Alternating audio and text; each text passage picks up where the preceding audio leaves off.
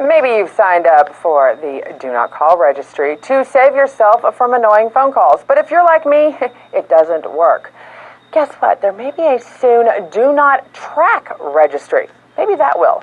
Republican Senator Josh Hawley has introduced a Do Not Track bill with penalties for companies who break those protections. Now, here's the idea. It's to let people opt out of data tracking and collection.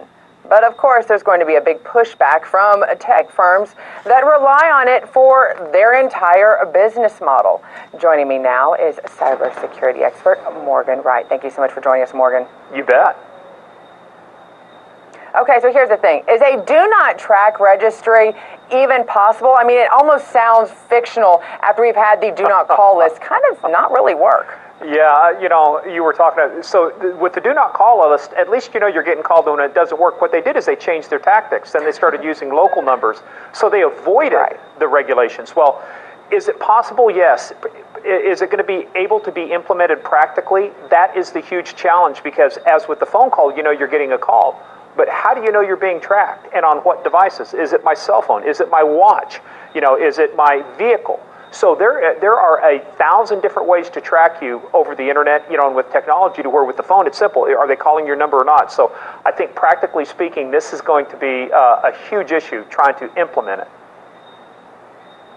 Morgan, I think you bring up a great point there. I mean, what is this going to apply? Everything we do tracks us, from our cars to our watches to the phones.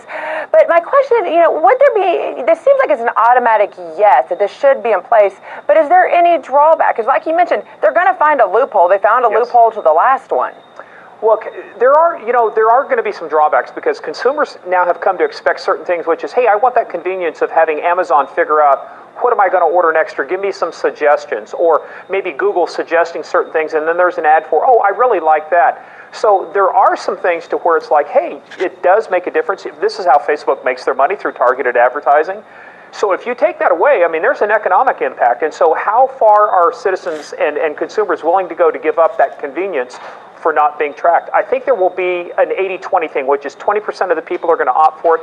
80% of the people either are going to be confused, don't care, or say it's just too much work to try and opt out of everything. So not everybody's going to do it, and there's only going to be a handful that are really going to be concerted about making sure that they're not being tracked.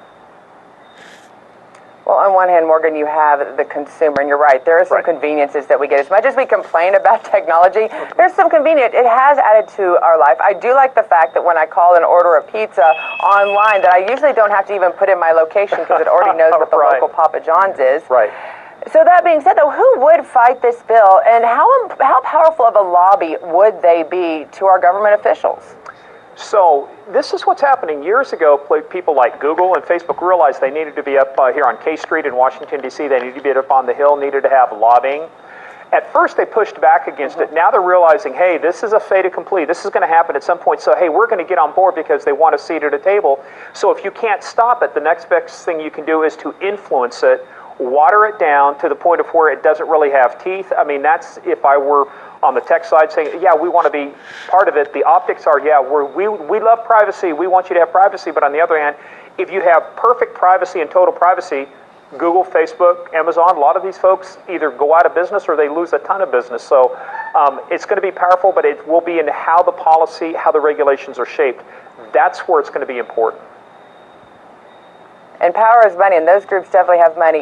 Last I've got to ask you, how have government agencies benefited from these tracking practices? And like we really care about government agencies benefiting, but we know they are. How is that?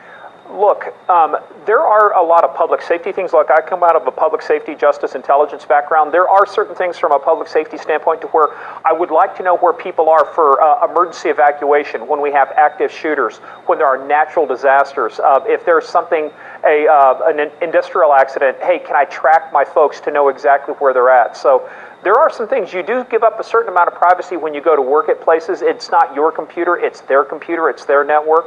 So the government has benefited from some tracking, but as we've seen too, anytime there's too much power in one hand, then we end up with things that happened out of NSA, the NSA PRISM program. You might have the collection of metadata, while lawful, it kind of got extended far beyond what its original intent was. So, and then there's some pushback. So It's one of the things, the hardest part is where's that balance? Where do we really get what we want versus, what we need versus what's going to be acceptable? Nobody's really figured out what the squishy middle is between these opposite ends of the pendulum.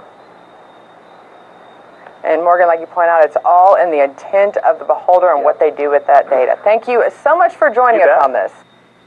Hey YouTube, thanks for checking out our channel. We hope you enjoyed the video. We have tons of content for you just like this. For more,